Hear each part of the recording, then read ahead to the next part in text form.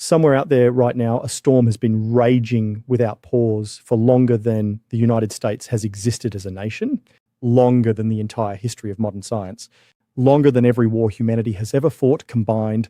And you can see the planet hosting that storm with your naked eye on any clear night, hanging there calm and steady, just another bright dot in the sky. That is the first lie Jupiter tells you. Here is what is actually happening at this moment. The Great Red Spot, a single storm system, is generating wind speeds at its edges that exceed 400 kilometers per hour. The magnetic field surrounding the planet is accelerating charged particles to velocities approaching the speed of light, creating radiation belts so lethal they began degrading NASA's Juno spacecraft the moment it entered orbit in 2016. And the gravitational influence of this planet is quietly, continuously reshaping the trajectories of thousands of objects in our solar system, including some that cross Earth's orbital path. Jupiter is not a planet you observe from a safe distance. It is a system, violent, ancient, and operating on physical scales that make our entire world look like a rounding error. But here is the question worth sitting with. We have been studying Jupiter for centuries. Juno has been sending back data for nearly a decade, and there are still fundamental things about this planet that our best models cannot explain. That gap between what we can see and what we can actually understand is what this video is about. Subscribe if you want to follow the data wherever it leads. Now let's begin. Before we talk about what Jupiter does, we need to establish what Jupiter actually is, because most descriptions of this planet, even accurate ones, fail to communicate the scale in a way that genuinely lands. So let us try to do that properly. Jupiter contains more than 1,300 Earths by volume. Its mass is 2.5 times greater than every other planet in the solar system combined. Mercury, Venus, Earth, Mars, Saturn, Uranus, Neptune. Add all of them together, then double that number, and Jupiter still outweighs the result. If you remove the Sun from the equation entirely and asked what dominates the gravitational architecture of everything else in this solar system, the answer is Jupiter, not Saturn, not the asteroid belt. Jupiter, this is not just a big planet. This is a gravitational engine that has been running for 4.5 billion years. Now go deeper. Literally, Jupiter has no solid surface. There is no ground to approach, no boundary where atmosphere ends and something firm begins.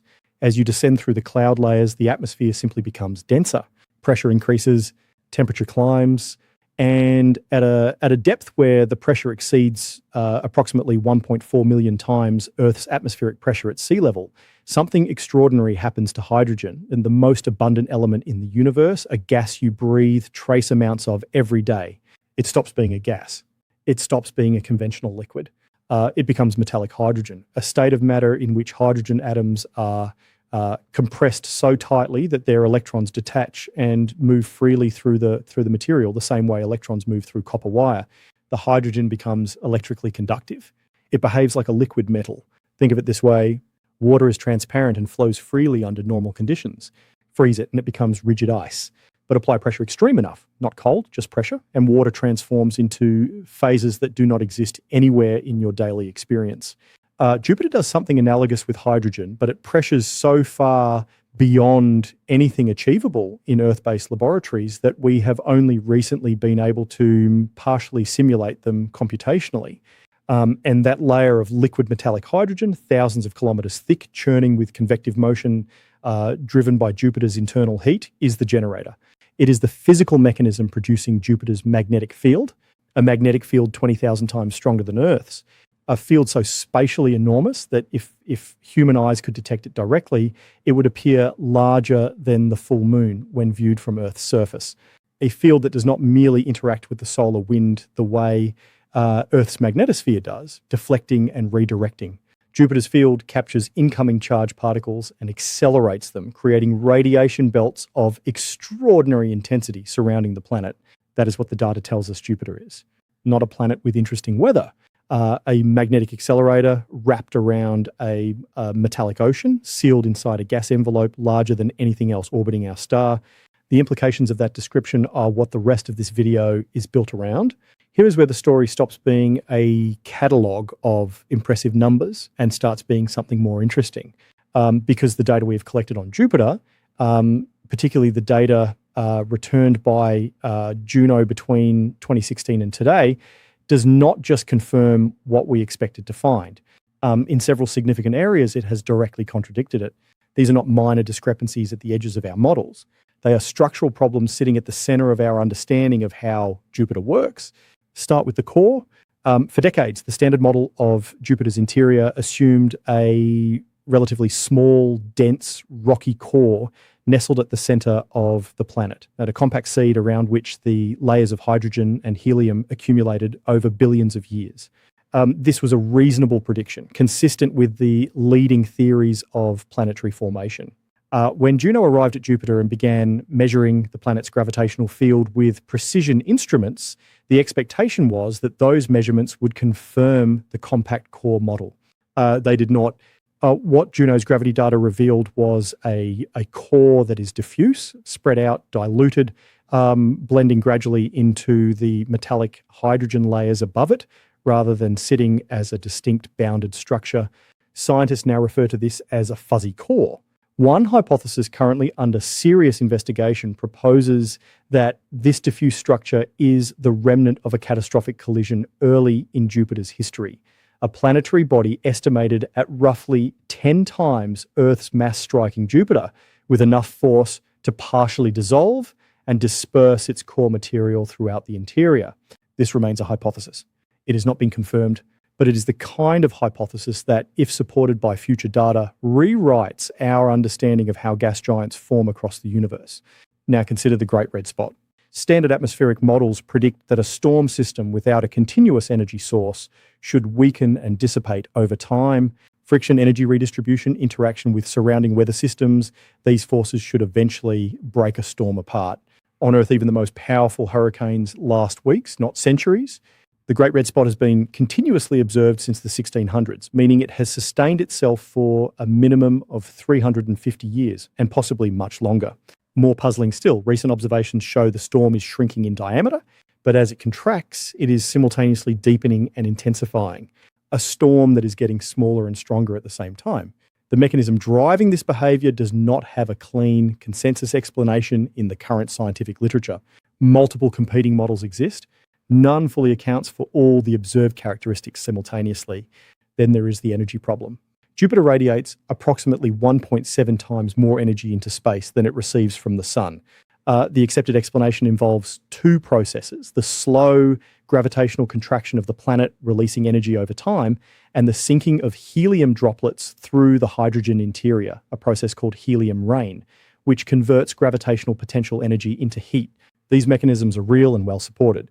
But when researchers run the numbers carefully, the models still do not account for the full observed heat output with complete precision. The gap is not enormous. But in science, small, unexplained residuals have a long history of pointing toward physics that existing frameworks have not yet captured. 3 anomalies. 3 places where the data and the model are not fully aligned. That pattern deserves attention. Let us step back from the instruments for a moment, not because the data is not important, but because there is a different kind of question worth sitting with here, one that the dry language of gravitational measurements and atmospheric models tends to obscure. It is the question of what any of this actually means for the only planet we know of that is currently hosting life. Start with a fact that rarely appears in popular descriptions of Jupiter. You may not exist without it. Computer simulations of early solar system dynamics consistently show that the presence of a massive planet in Jupiter's orbital position fundamentally altered the trajectory of the inner solar system's development. The specific ways in which it did so are still debated. We will come to that shortly. But the broad conclusion holds across multiple independent modeling approaches. A solar system without Jupiter in roughly its current position and mass would have evolved very differently. The distribution of water-bearing asteroids, the frequency of large impacts during Earth's early history, the chemical composition of material available to build rocky planets, all of these were shaped to a degree that is difficult to fully quantify by Jupiter's gravitational presence. The carbon in your cells was forged in stellar cores that died before our solar system formed. The iron in your blood was scattered across space by supernova explosions. But the specific sequence of events that allowed those raw materials to assemble into a living organism on this particular planet, that sequence unfolded inside a gravitational environment that Jupiter helped define. This is not mysticism. This is orbital mechanics taken to its logical conclusion. Now bring it closer still. Europa, one of Jupiter's 4 largest moons, possesses a global liquid water ocean beneath its icy surface. The energy maintaining that ocean in liquid form comes primarily from tidal flexing. Jupiter's immense gravity continuously squeezes and stretches Europa as it orbits, generating internal heat through friction. The same force that makes Io the most volcanically active body in the solar system is, in a different expression, potentially sustaining the conditions for life inside Europa. And yet the surface of Europa sits directly inside Jupiter's radiation belts. Any organism living at the surface would be exposed to radiation levels lethal to known life within hours. The ocean below the ice may be habitable. The environment above it is actively hostile to biology. Jupiter is simultaneously the reason Europa's ocean may exist, and the reason reaching that ocean is extraordinarily difficult. One planet, one gravitational field, creating the conditions for life inside one of its moons while sterilizing that moon's surface with radiation. That is not a metaphor for anything. That is the actual physical situation operating right now in our own solar system, 485 million miles from where you are sitting. The universe does not organize itself around categories of safe and dangerous. It simply operates. And occasionally those operations produce something that can look back and ask why. Intellectual honesty requires us to slow down here. Because everything in the previous sections could be read as building toward a single, clean narrative. Jupiter is a threat, a monster, a force of cosmic destruction, wearing the disguise of a peaceful light in the night sky. That narrative is emotionally satisfying. It has momentum, and it is incomplete. So let us do what the science actually requires. Let us make the strongest possible case for the opposing position, and then look at where that case holds and where it does not. The opposing position is this: Jupiter is not a threat to Earth. It is a benefactor. The argument runs as follows. In 1994, Comet Shoemaker-Levy 9 was captured by Jupiter's gravitational field, torn into 21 fragments, and pulled one by one into the planet's atmosphere at 60 kilometers per second. The impacts left scars in Jupiter's cloud layers larger than Earth itself. The energy released was equivalent to hundreds of millions of nuclear weapons detonating simultaneously. That comet did not reach the inner solar system. Jupiter absorbed it entirely. This is not an isolated case. Jupiter's gravitational dominance means that a significant fraction of objects drifting inward from the outer solar system are either captured by Jupiter, flung into the sun, or ejected from the solar system entirely before they ever approach Earth's orbital neighborhood. The argument in its most straightforward form is that Jupiter functions as a gravitational shield, absorbing or redirecting the most dangerous debris so that the inner planets are spared. This view has been widely repeated in popular science communication for decades. It is intuitive. It has real observational support, and it deserves to be taken seriously. But here is where the data introduces complications that the simple shield narrative does not accommodate. Research conducted by Kevin Grazier at NASA's Jet Propulsion Laboratory, along with subsequent independent modeling studies, examined the full statistical picture of how Jupiter influences object trajectories across the solar system. The conclusion was more nuanced than the shield narrative suggests. Yes, Jupiter captures and eliminates a substantial number of potentially hazardous objects, but Jupiter's gravity also perturbs the orbits of objects in the outer solar system in ways that can send them toward the inner solar system, including toward Earth, on trajectories they would not have followed without Jupiter's influence. The planet is not simply a shield. It is a gravitational lens that both deflects and redirects. Some objects that would have remained safely in the outer solar system are instead nudged into Earth-crossing orbits by Jupiter's gravitational influence.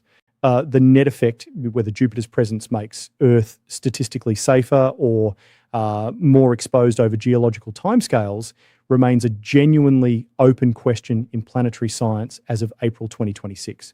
This is the pattern that the history of science keeps producing. We identify a phenomenon, we assign it a role in a narrative that makes intuitive sense, and then more precise data reveals that the phenomenon is doing several things simultaneously that our initial narrative did not have room for. Jupiter as pure protector does not survive rigorous modeling, but Jupiter as pure threat is equally incomplete. The planet is operating according to gravitational physics that does not organize itself around human categories of helpful and harmful.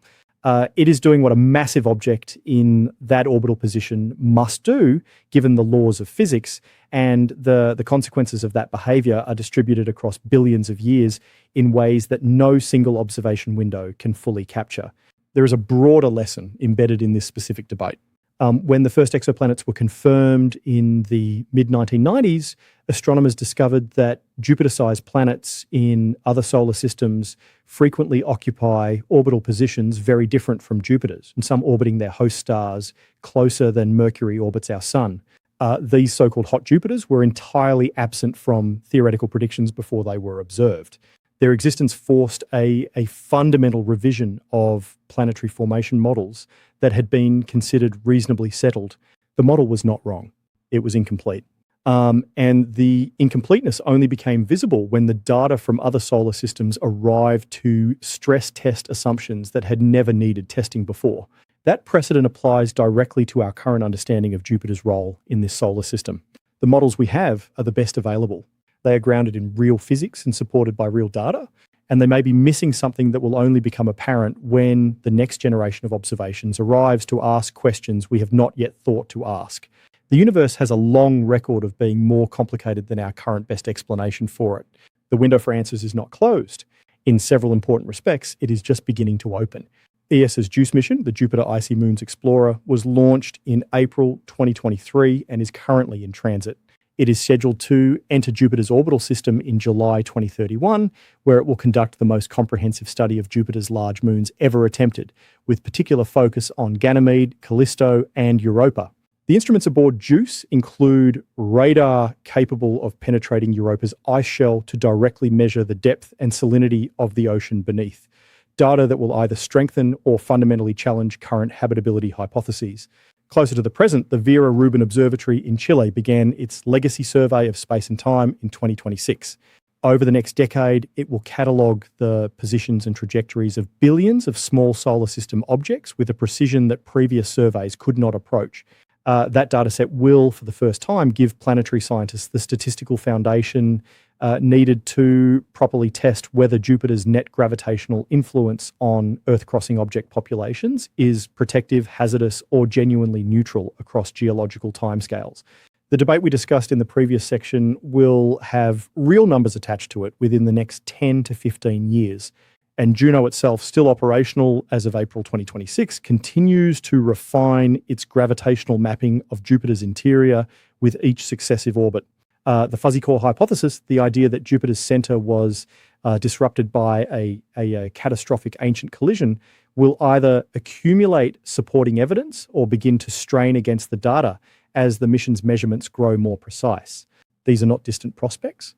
They are active programs, funded and operational, producing data on timelines that are measured in years rather than generations. But step back from the mission schedules for a moment. Jupiter has been orbiting the Sun for 4.5 billion years. It was present when the first organic molecules assembled in Earth's primordial oceans. It was present when the first multicellular organisms evolved. It was present through every mass extinction, every ice age, every geological transformation that produced the world you are standing on right now. It will be present long after every structure humanity has ever built has been erased by time. During all of that, it has not been indifferent to us in the way we sometimes imagine cosmic objects to be indifferent. Indifference implies a relationship that was considered and declined.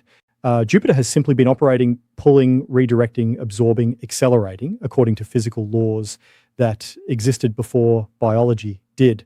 We are the part of this solar system that developed the capacity to look at Jupiter and ask what it is.